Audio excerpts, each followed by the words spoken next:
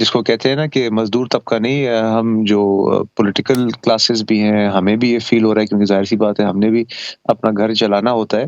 تو ہم دیکھیں یہ تو نہیں کہیں گے کہ اپنے آپ کو ڈسٹینس کر رہے ہیں ہم لوگ نون لیگ سے یا اسحاق ڈار صاحب سے، مگر اسحاق ڈار صاحب کی ایٹ لیسٹ آپ یہ بات تو اپریشیٹ کریں گے کہ انہوں نے پاکستان کو ڈیفالٹ سے بچایا، اور پاکستان پیپلز پارٹی اس چیز کو واقعی میں اپریشیٹ بھی کرتی ہے.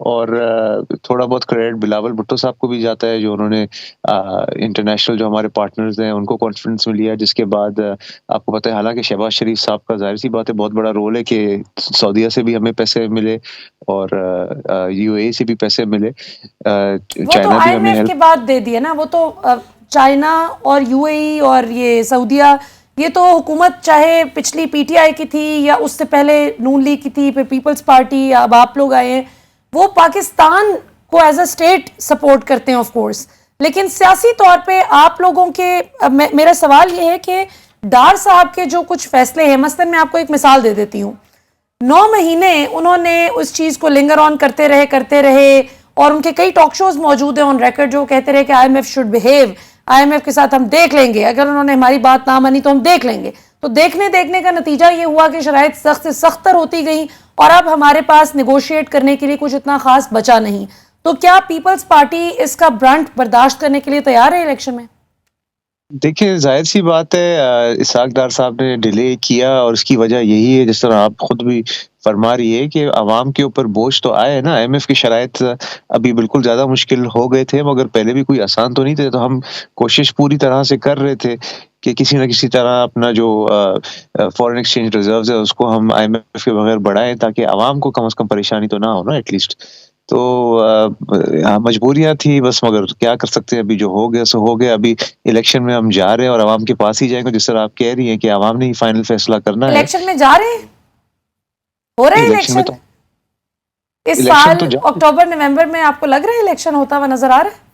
جی بالکل، یہ جو تمام جو ہم نے مشکل فیصلے کیے ہیں، اس کے بعد جو الیکٹرل ریفارمز کیے ہیں، تو یہ سب کس لیے؟ اسی لیے تو ہے کہ الیکشنز میں جا رہی ہے، اور پاکستان پیپلز پارٹی تو ڈے 1 سے کہہ رہی ہے کہ ہم الیکشنز کے لیے ریڈی ہے، اور ہم تو چاہ رہے ہیں الیکشنز ٹائم پہ، ہم تو ایک دن بھی ڈیلے شہباز شریف صاحب نے تو کہا ہے کہ 14 اگست کو ہم جا رہے ہیں اور الیکشن کمیشن اس کے بعد تاریخ طے کرے گا، وہ بتائے گا کہ کب الیکشن ہے.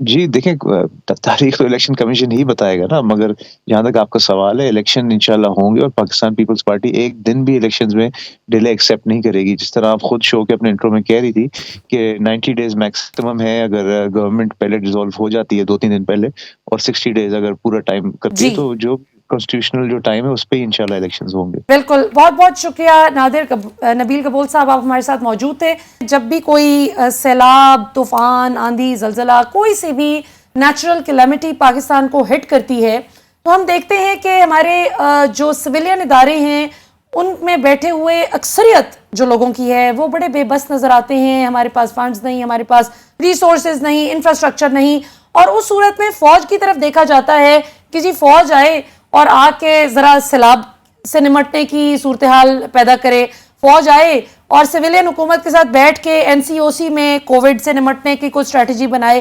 تو پھر اس کے بعد سویلین حکومتوں کے پاس کیا جواز رہ جاتا ہے جب وہ فوج سے، پھر فوج جب دوسری چیزوں میں اپنا اوپینین دیتی ہے تو اس پہ پھر اعتراض اٹھتا ہے. تو یہ ذرا ڈیبیٹ کرتے ہیں، بڑی دلچسپ گفتگو ہے اور یہ ہاؤس ہولڈ ڈسکشن ہے، گھر گھر میں یہ باتیں ہو رہی ہیں. بریک کے بعد آتے ہیں اور اس گفتگو کو آگے بڑھاتے ہیں آفٹر دا بریک.